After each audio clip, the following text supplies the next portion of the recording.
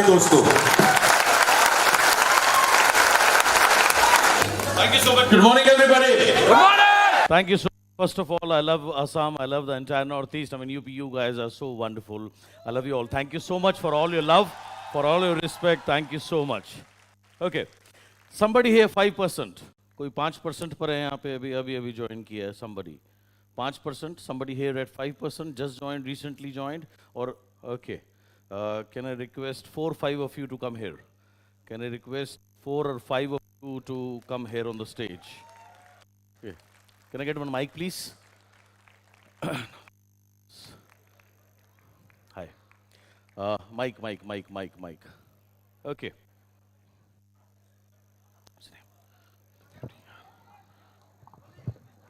बस 4-5 चाहिए, 4-5 ज़्यादा नहीं हाँ. Okay, fine.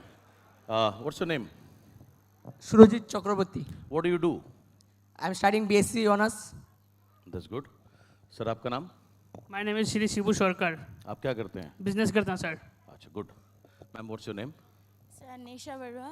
Okay, what do you do? I just finished my HS this year. Oh, that's it. Good. आपका नाम? सूरज राजपूत। क्या करते हैं आप? School study. आपके गुड।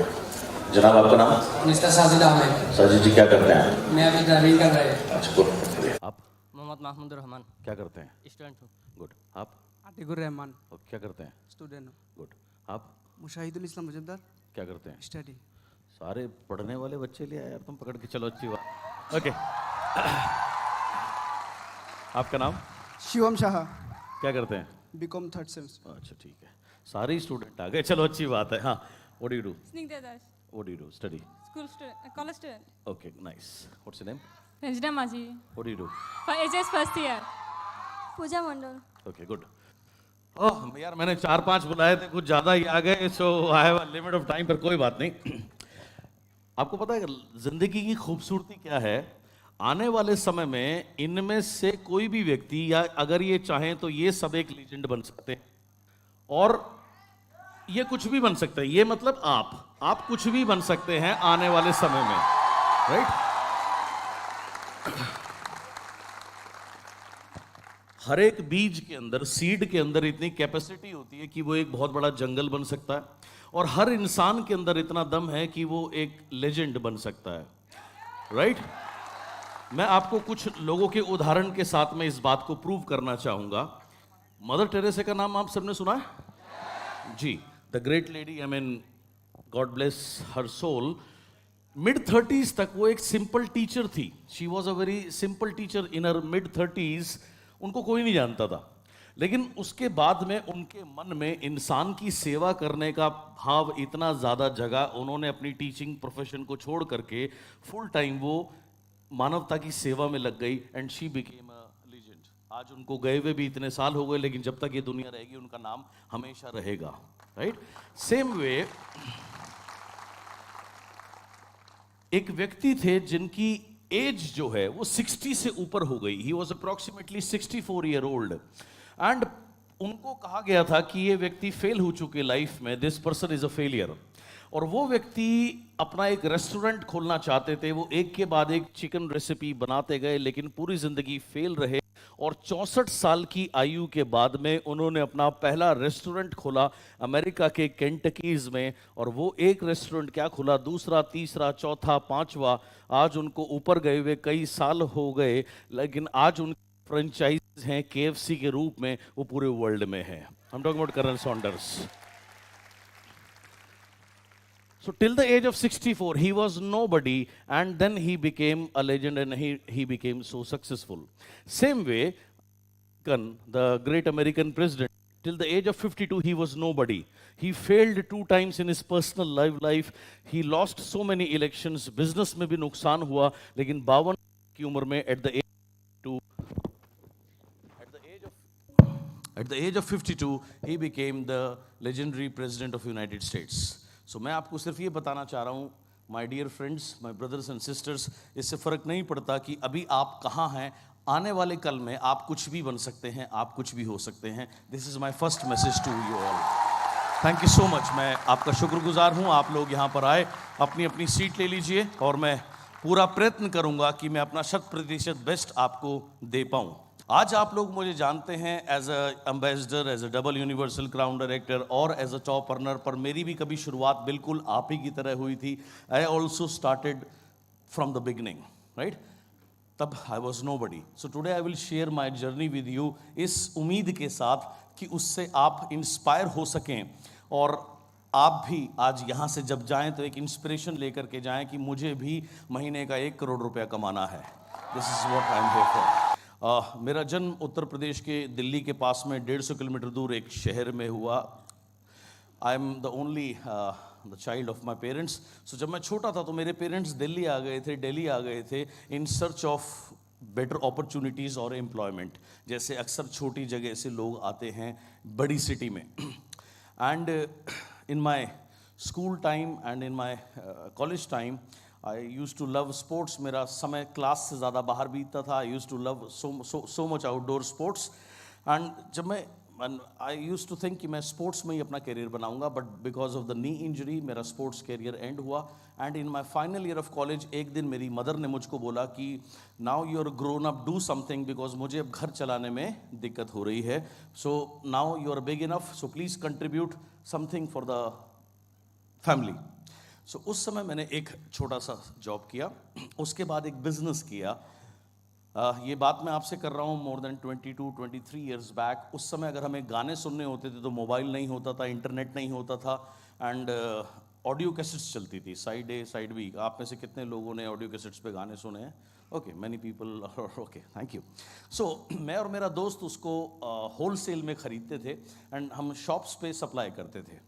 ना वो बिज़नेस मैंने कुछ समय किया. जब वो बिज़नेस मैंने शुरू किया तो मैं बहुत एक्साइटेड था, लेकिन बहुत जल्दी मुझे रियलाइज़ हुआ ट्रेडिशनल बिजनेस में जो लोग अपना काम करते हैं उनको 2 प्रॉब्लम होती है, जो मेरे साथ हुई. नंबर 1, जब हम ऑर्डर लेने जाते हैं ज़्यादा प्रॉब्लम नहीं होती. प्रॉब्लम कब होती है? जब हम पैसे लेने जाते हैं, क्योंकि हम जिससे हमें पैसे लेने होते थे वो हमें एक बार में पैसे नहीं देता था. अगर सपोज किसी से 50,000 की पेमेंट लेनी है, वो आज 10,000 दे देगा, बोला दादा बाकी कल ले लेना. कल जाएंगे तो बोलेगा दादा बाकी कल ले लेना. तो अगर आपको इतना पैसा आपको थोड़ा थोड़ा करके मिलता है, वो कहाँ आता है कहाँ जाता है पता नहीं चलता. दूसरा चीज़, कई बार वो मेरे को वेट कराते थे 10 मिनट, 20 मिनट, आधा घंटा मेरे पैसे लेने के लिए. तो मुझे ऐसी फीलिंग आती थी मैं मेरे पैसे लेने नहीं आया, मैं इनसे लोन लेने के लिए आया हूँ. So that was a very bad feeling.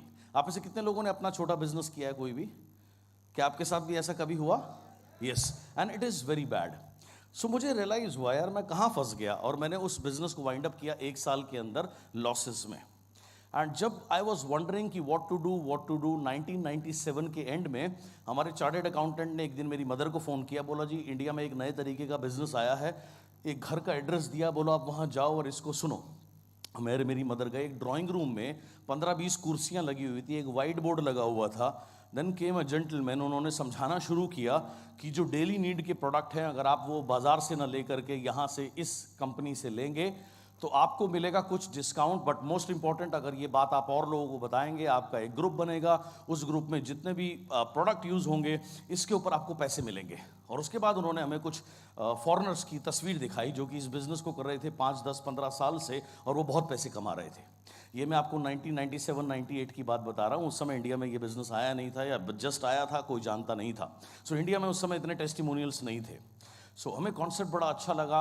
उस समय ये कंपनी इंडिया में लॉन्च होने वाली थी, हुई नहीं थी, बट वो लोग पेपर पे नेटवर्किंग कर रहे थे. पेपर पे नेटवर्किंग का मतलब क्या है? वो प्लान दिखाते थे, अगर आप यस करते थे, आपने एक फॉर्म भर दिया, बट कंपनी लॉन्च नहीं हुई थी, सो पैसे नहीं ले रहे थे, but then you started inviting your friends. So ऐसे नेटवर्क बनाने का प्रोसेस उसका शुरू था. सो थोड़े टाइम बाद जब हमें वहाँ हुआ तो पता लगा कि सेम कॉन्सेप्ट के ऊपर एक इंडियन कंपनी है जो पिछले 2 साल से चल रही है. सो मैं और मेरी मदर उसकी बिजनेस मीटिंग देखने के लिए गए. कॉन्सेप्ट हमने सुना, दोनों कॉन्सेप्ट में लगभग सेम थे. ये एक इंडियन कंपनी थी जो 1996 से ऑपरेशन में थी, यानी चल रही थी. और वहाँ पर मैंने देखा कुछ लोग थे जो कि मेरे और आपके जैसे थे, यानी हमारे भाई बंदी थे, और उस समय वो 50-60 हज़ार रुपये कमा रहे थे. 1998 के अंदर में 50 हज़ार रुपये महीने कमाना बहुत बड़ी बात होती थी, क्योंकि उस समय गेजेटेड ऑफिसर की जो सैलरी थी वो 10-15-20 हज़ार रुपये से ज़्यादा नहीं होती थी उस टाइम के अंदर में. सो एंड प्लस उस दोनों कॉन्सेप्ट में एक ही चीज़ बताई गई थी कि अगर आपने 4, 5, 6 साल इसमें मेहनत कर लिया, काम कर लिया, उसके बाद अगर आप काम नहीं भी करेंगे तब भी आपको कंटिन्यूस इनकम आती रहेगी. सो इस पॉइंट ने मुझे बहुत एक्साइटेड किया, मुझे और मेरी मदर को. So first my mother joined and then सबसे पहले उन्होंने मेरा फॉर्म भरा एंड उन्होंने मेरे को ज्वाइन कराया। नाउ एंट्री ऐसे हुई, लेकिन सफ़र आसान नहीं था, बहुत सारे चैलेंजेस थे। चैलेंजेस क्या थे? सबसे पहली बात क्या थी, मेरा नेचर जो है बहुत रिजर्व था, आज भी ऐसा ही है। जिनके साथ मैं कंफर्टेबल हूँ उनसे मैं बहुत बात कर सकता हूँ, पूरी रात बात कर सकता हूँ, but if I am not comfortable और if I am not familiar with you, it is very difficult for me to talk. उस समय क्या था, मेरा नेचर ऐसा था, अगर मेरे घर में कोई आता था मेरे पेरेंट्स से मिलने, सो दरवाज़ा खोल के पानी दे के मैं अपने कमरे में चला जाता था, बाहर नहीं निकलता था जब तक वो लोग घर से नहीं जाते थे। आई was very very shy, very reserve, so this was me. दूसरी चीज़, मेरा फ्रेंड सर्कल बहुत लिमिटेड था, सिर्फ मेरे स्पोर्ट्स के ही कुछ दोस्त थे, क्लास तो मैं ज़्यादा जाता नहीं था, तो I had a very limited friend circle. तीसरा चैलेंज मेरे साथ क्या था, जो मेरे घर से उस कंपनी का ऑफिस था जहाँ शाम को बिजनेस मीटिंग होती थी, that distance was more than 25 kilometres. So traffic में जाने में, बस में लगभग 2 घंटे लगते थे, तो 2 घंटे आना, 2 घंटे जाना, 4 घंटे का ट्रैवलिंग था। मेरे लिए प्रॉब्लम नहीं है, लेकिन प्रॉब्लम किन के लिए होती थी? जिनको मैं मीटिंग के लिए इनवाइट करता था। हर शाम को बिजनेस मीटिंग होती थी और मैं इनवाइट करता था लगभग 25 से 30 लोग एवरी डे। आते कितने लोग थे आपको पता है? हार्डली एक दिन बहुत अच्छा है तो 2, 90% ऑफ द टाइम कोई भी नहीं आता था। सो 90% मैं खुद ही मीटिंग सुन के खुद ही वापस चला जाता था। सो ऐसे मेरा 1 महीना बीता इस इंडस्ट्री में, और मेरा पहला पेचेक जो इस इंडस्ट्री से आया था वो था 155 रुपये, 155 rupees, right, this was it.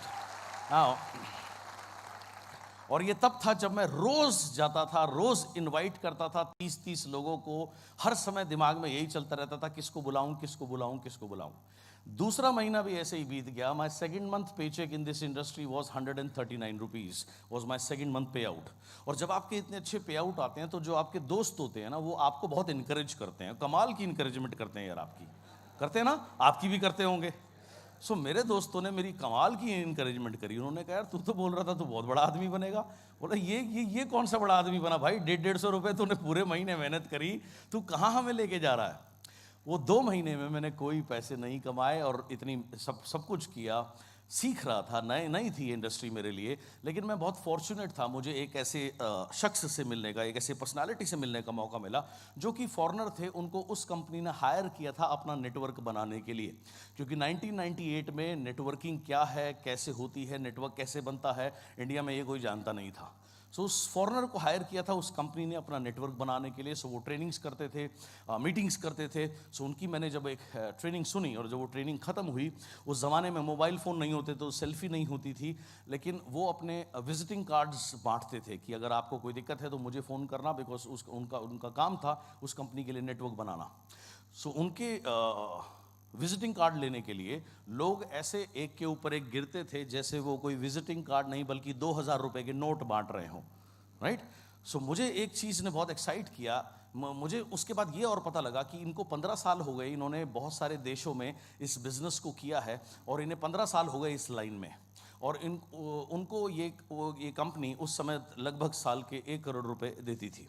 तो मुझे ऐसा समझ में आया कि अगर मैं भी 14-15 साल इस इंडस्ट्री में लगाऊंगा तो मैं भी 1 करोड़ रुपए साल के कमा सकता हूं और मुझे भी इतनी रिस्पेक्ट मिल सकती है।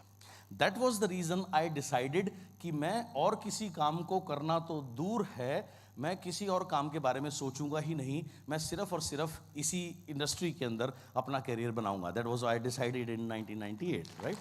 हाँ, बट सफ़र आसान नहीं था। जैसे मैंने आपको कहा, लोगों को बुलाते थे, मीटिंग में आते नहीं थे, ना के बराबर आते थे। तो मुझे एक बात क्लिक हुई कि अगर लोगों को मीटिंग में लाना मुश्किल है तो मीटिंग को लोगों के पास ले जाना चाहिए। जो मेरे इमीडिएट अपलाइन थे वो ज़्यादा एक्टिव नहीं थे, उनके ऊपर जो अपलाइन थे वो काफ़ी बड़े थे, उनसे ज़्यादा समय मतलब मैं ले नहीं सकता था, जो भी आप समझ लीजिए। सो मेरी मीटिंग कभी किसी ने नहीं करी। तो मुझे समझ में आया अगर मुझे ग्रो करना है तो मुझे खुद मीटिंग करनी पड़ेगी। तो तब से मैंने हर एक बिजनेस मीटिंग में, हर एक CNT में मैंने बैठना शुरू किया, नोट्स बनाने शुरू किए और उसके बाद उसको मैंने ऐसे याद किया जैसे मैंने उससे कोई एग्ज़ाम देना हो या मैंने कोई IAS या IPS का एग्ज़ाम देना हो। ऐसे मैंने उसको बहुत अच्छे से रट लिया, आई मग्ड इट अप। एंड वहाँ से फिर मैंने बिजनेस मीटिंग करनी शुरू करी। पहले 1-on-1 एक आदमी को समझाना शुरू किया, 2 लोगों को समझाना शुरू किया, धीरे धीरे होम मीटिंग्स शुरू करी 4, 5, 6, 7, 8 लोगों की, और इससे थोड़ा थोड़ा नेटवर्क बनने लगा। और क्योंकि मैं बहुत रेगुलर था ऑफिस की बिजनेस मीटिंग्स में, तो एक दिन कोई स्पीकर कम थे, उन्होंने मुझे कहा कि क्या आप एक पार्ट करोगे। एक स्लाइड दी मुझे बोलने के लिए, ओनली 1 स्लाइड। तो मैंने तैयारी तो बहुत अच्छी कर ही रखी थी, मीटिंग तो मैं करता ही था, तो मैंने कहा जी मैं कर सकता हूँ। और उन्होंने मुझे पहली बार स्टेज पे चढ़ा दिया। जब मैं पहली बार स्टेज पे गया तो 50-60 लोग बैठे हुए थे सामने, एसी हॉल था, लोगों को ठंड लग रही थी, बट मुझे पसीने आ रहे थे जैसे इस समय आ रहे हैं, क्योंकि मैं इतना डरा हुआ था। मैंने पहली बार मैं जब लोगों के सामने गया तो मैं थोड़ी देर भूल गया कि मैं कहाँ हूँ, मैं कौन हूँ, मुझे बोलना क्या है। एंड मेरा हार्ट बीट ऐसे हो रहा था जैसे कोई बुलेट ट्रेन दौड़ रही हो। It was very very difficult, but somehow मैंने वो किया। दूसरे दिन फिर किया, तीसरे दिन किया, तो करते करते क्या थोड़ा सा डर कम हो गया। किसी भी काम को जब हम पहली बार करते हैं तो हमारा डरना स्वाभाविक होता है, लेकिन अगर उससे हम डर कर हट जाएं, that is where we fail. But अगर हम डर के बावजूद आगे बढ़ते हैं, उस काम को करते हैं और बार बार करते हैं, तो थोड़े टाइम बाद हमारा डर निकल जाता है। And that is how we progress in our life. So that is what happened with me. So जब रेगुलर मैं ऑफिस में बिजनेस मीटिंग्स करने लगा, होम मीटिंग कर रहा था, सब कुछ करता था, तो धीरे धीरे मेरा नेटवर्क बनने लगा। सो लगभग 10 महीने के बाद में, 8-10 महीने के बाद में मेरा इनकम 10,000 पहुंचा। और जब 1 साल कंप्लीट हुआ, by the time April 99 my income was around about 30,000 rupees. और जब 1.5 ईयर हुआ तो my income was approximately 50,000 rupees. 99 के अंदर में 50-60 हज़ार रुपये was a good enough income और a very decent income. And फिर अक्टूबर 99 में मैंने मेरी पहली कार ली, सेंट्रो। और नवंबर 99 में I qualified for my first foreign trip, Hong Kong, China, Vietnam. We had a wonderful cruise. And तब तक मेरी टीम में 10-12 लोग आ गए थे जो कि काफ़ी यंग थे, स्टूडेंट्स थे, जस्ट कॉलेज पास आउट किया था, और वो भी सारे मेरी तरह फुल टाइमर हो गए थे। So my business was growing. By the time in 2000 के अंदर आते आते माई इनकम रीच 70,000 रुपीज़, 70,000 रुपये महीना। आज से 19 साल पहले 70,000 रुपये महीना was a very decent income और was a very very good income. So I was very happy having my own car, doing my own trainings. पहले साल में बेस्ट न्यू ट्रेनर का अवार्ड मिला, everything worked very well, foreign trip, and लगा कि life settle हो गई। लेकिन लाइफ क्या है, कई बार रोलर कोस्टर की राइड की तरीके से चलती है। 2000 में इंडिया में बाइनरी कंपनीज का आगमन हुआ या शुरुआत हुई। बाइनरी कंपनी आप जानते हैं ना, 2 टांग वाली। सो हाँ, वो 2 टांग वाली कंपनी आई। सो उस समय मेरे टीम में 14 फुल टाइम लीडर्स थे, उनमें से 12 लोग वो बाइनरी कंपनी में चले गए। तो आप सोचो 80% मेरी लीडरशिप जो थी वो एक रातों रात एक अदर कंपनी में चली गई। और एक दिल्ली में हर सैटरडे को बिजनेस मीटिंग होती थी, जहां 350 लोगों का वो हॉल था, और उसमें 500 लोग बैठते थे। बीच में ऐसे बैठते थे जैसे आप भाई लोग बैठे हैं, और उसमें जगह नहीं होती थी। लेकिन जब वो लोग चले गए तो उसी हॉल में 50 लोग बिठाने के लिए भी बहुत ज़्यादा संघर्ष हो गया या बहुत स्ट्रगल हो गया। उस समय बिजनेस कम हुआ, चेक कम हुआ, सब कुछ हुआ। 2 साल के अंदर ही 98 में तो ज्वाइन किया था, 2001 में ये काम हो गया। थोड़ी सी डिसअपॉइंटमेंट हुई, लेकिन तब मुझे एक स्टोरी याद आई जिससे मुझे बहुत इंस्पिरेशन मिली। आज भी उससे इंस्पायर होता हूँ। वो स्टोरी छोटी सी आपके साथ शेयर करूँगा। एक बहुत बड़े पेंटर थे, MF हुसैन साहब की तरह। उनकी एक एग्जीबिशन हुई, उन्होंने जितनी भी पेंटिंग्स बनाई थी वो लगी हुई थी, और उसमें कुछ शॉर्ट सर्किट हुआ, आग लग गई, सारी पेंटिंग्स जल गई। तो वो बहुत मतलब दुखी थे। सभी लोग उनको कंसोल कर रहे थे, पानी वानी दे रहे थे। थोड़ी टाइम बाद उन्होंने हंसना शुरू कर दिया। He started laughing. So everybody thought कि इनका थोड़ा दिमाग हिल गया है। तो उनको वो डॉक्टर को फ़ोन करने लगे। तो he realized, he said don't worry, I am perfectly fine. मैं इसलिए मुस्कुरा रहा हूँ कि मैंने जितना भी काम किया सब खत्म हो गया। अब मेरे पास अपॉर्चुनिटी है नया काम करने की और बेहतर काम करने की। अगर मेरे पास ये पेंटिंग्स पहले भी मैंने बनाई थी, भगवान ने मुझे टैलेंट दिया है या मैंने कुछ सीखा है, तो मैं एक बार बना सकता हूँ तो दोबारा बना सकता हूँ, और पहले से बेहतर बना सकता हूँ, क्योंकि अब मेरे पास पहले से ज़्यादा अनुभव या एक्सपीरियंस है जो पहले नहीं था। और दूसरी बात, अगर मेरे पास टैलेंट नहीं है, ये जो काम मैंने किया गलती से हो गया, तो बिना किसी टैलेंट के इतने साल मुझे इतना पैसा मिला, इतना सम्मान मिला, तो भी मुझे कोई अधिकार नहीं है दुखी होने का, बिकॉज विदाउट एनी टैलेंट मुझे इतना सब कुछ मिला। सो जब उन्होंने ये सोचा, उन्होंने दोबारा पेंटिंग करनी शुरू करी, और वो पहले से भी ज़्यादा उन्होंने खूबसूरत काम किया, और वो बहुत आगे गए। सो सेम चीज़ मैंने सोची, अगर 2 साल मैंने सीखा है नेटवर्क, जब मैं आया था मैं किसको लेकर आया था, मैं अकेला ही तो आया था। तो अगर मैं 2 साल में नेटवर्क बना सकता हूँ, नेटवर्क चला गया तो यार क्या हो गया, नेटवर्क तो दोबारा भी बन सकता है, उसमें क्या दिक्कत है। और अगर मुझे नेटवर्क बनाना नहीं आता, ये बाय मिस्टेक बन गया था, तो बिना किसी टैलेंट के बाय मिस्टेक भगवान ने पैसे भी दे दिए, फॉरेन ट्रिप भी दे दिया, कार भी दे दी, I have no reason to cry, so let's build it up again. So this what the thought came into me and और मैंने दोबारा काम करना शुरू किया। मुश्किल से 6 महीने लगे, बिजनेस फिर वहीं पहुंच गया, सेम इनकम बल्कि और ज़्यादा हो गई, एंड एवरीथिंग वाज फाइन। सो 2001 आते आते आई qualified for my another foreign trip, it was Australia Sydney. 2002 was to South Africa, 3 to Paris, and income crossed more than 1.5 lakh rupees। उस समय मेरी मदर का चेक भी लगभग 70-80,000 था, तो टोटल फैमिली में 2-2.5 लाख रुपए आते थे मिला करके 2002 के आसपास में, and life was pretty good. So नया घर भी ले लिया, सब कुछ ले लिया, एवरीथिंग वॉज फाइन। 2003 में मैंने एक और अपनी कार ली, Skoda Octavia, and life was very good. But again roller coaster ride फिर से शुरू हुई। उस कंपनी की मैनेजमेंट में कुछ चेंजेस हुए। उस कंपनी के जो ओनर थे वो बाली साहब की तरह नेटवर्कर नहीं थे या प्रोफेशनल नेटवर्किंग नहीं थे, वो एक ट्रेडिशनल बिजनेसमैन थे। उन्होंने कुछ लोग रखे हुए थे अपनी कंपनी को चलाने के लिए, और किसी भी व्यक्ति का काम होता है अपनी कंपनी को प्रॉफिट करके देना। आप में से कितने लोग नौकरी करते हैं? कितने लोग नौकरी करते हैं? आप में से कितने लोग जॉब करते हैं? गुड सर, जो सैलरी आपको मिलती है उससे कम 10 टाइम्स आप अपनी कंपनी को प्रॉफिट करके देते होंगे, तभी तो कंपनी आपको सैलरी देती है, यस और नो? सो एवरी एम्प्लॉयर की ड्यूटी होती है अपनी कंपनी को पैसे कमा करके देना, that is why you are employed. So ये जो मैनेजमेंट आई, इनका भी यही काम था, लेकिन पैसे कमाने के 2 तरीके होते हैं, या किसी भी कंपनी को प्रॉफिट करने के 2 तरीके होते हैं। पहला तरीका होता है अपने टर्नओवर को बढ़ाना, बिजनेस को बढ़ाना, जिससे आपकी ग्रोथ हो, आपका प्रॉफिट बढ़ता है। दूसरा तरीका होता है, हर बिजनेस को रन करने के लिए कुछ एक्सपेंसेस होते हैं, अगर आप वो एक्सपेंसेस कट कर दो, कम कर दो या ख़त्म कर दो, तो इमीडिएटली आपका प्रॉफिट ऊपर जाएगा। But in the long run ये अच्छा नहीं होता, क्योंकि अगर आप बिजनेस को रन करने के लिए जो एक्सपेंसेस हैं वो कम करेंगे तो धीरे धीरे टर्नओवर भी कम होता है, आपकी ग्रोथ कम होती है। तो अनफॉर्चुनेटली, और आज कहूँ तो फॉर्चुनेटली, ये जो मैनेजमेंट आई थी इनकी सोच ऐसी थी, इन्होंने बिजनेस के एक्सपेंसेस कम करने शुरू किए। पूरे देश भर में जो शोज़ होते थे, सेमिनार्स होते थे, वो करने बंद कर दिए। बहुत सारे प्रोडक्ट में चेंजेस किए। कुछ प्रोडक्ट ऐसे होते हैं जो बिकते बहुत है, लेकिन उसमें कंपनी को प्रॉफिट उतना नहीं होता या ना के बराबर होता है, लेकिन वो रखने इसलिए पड़ते हैं क्योंकि उसकी वजह से बाकी प्रोडक्ट बिकते हैं। सो ये एक स्ट्रेटजी होती है जो कि हर एक बिजनेस में चलती है। सो ऐसे कुछ प्रोडक्ट थे जो उन्होंने बंद कर दिए, बिजनेस प्लान में चेंज किए, मीटिंग्स करनी बंद कर दी, जिसकी वजह से मेरा ही नहीं पूरे देश भर में जितने भी फुल टाइम लीडर्स थे उनका बिजनेस कम हुआ।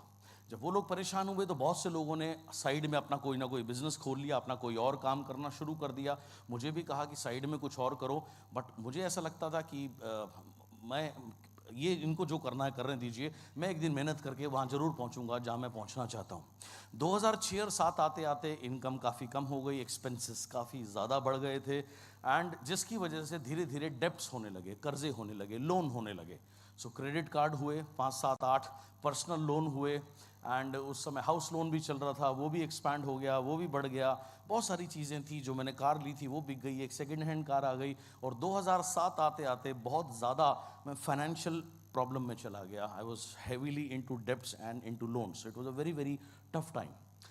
2007 के लास्ट में मैंने एक एक्सरसाइज करी, जो मैं अपनी एक ट्रेनिंग करता हूँ by the name of success by choice. आप में से कुछ लोगों ने करी है, यहाँ बैठे हैं जो हमारे लीडर्स हैं, चाहे वो तरुण जी है, मयूर यहाँ बैठे हैं, जयदीप बैठे हैं, सेंतन पॉल बैठे हैं, या राम बैठे हैं, या और भी लोग हैं।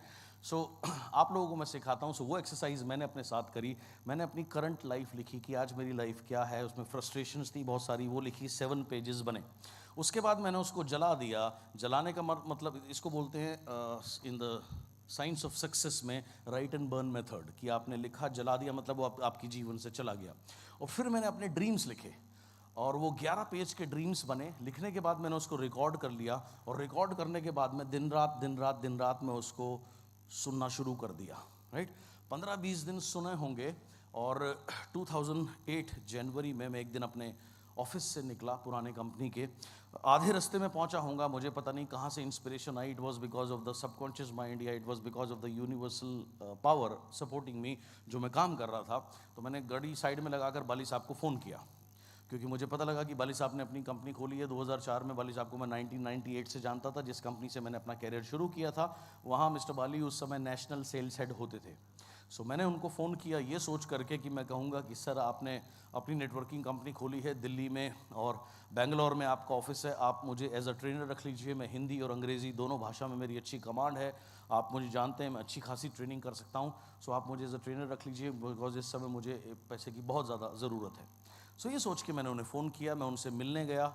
मिलने के बाद उन्होंने मुझे वेस्टीज के बारे में बताया, मैंने अपनी बात उनके सामने रखी। उन्होंने मुझे एक ही चीज़ कही कि देख बेटा, जब तक सही प्लेटफॉर्म नहीं मिलता तब तक आप कितने भी टैलेंटेड क्यों ना हो, अगर आपके पास राइट प्लेटफॉर्म नहीं है तो आप सक्सेसफुल नहीं हो सकते। फिर उन्होंने मुझे कुछ एग्जाम्पल दिए।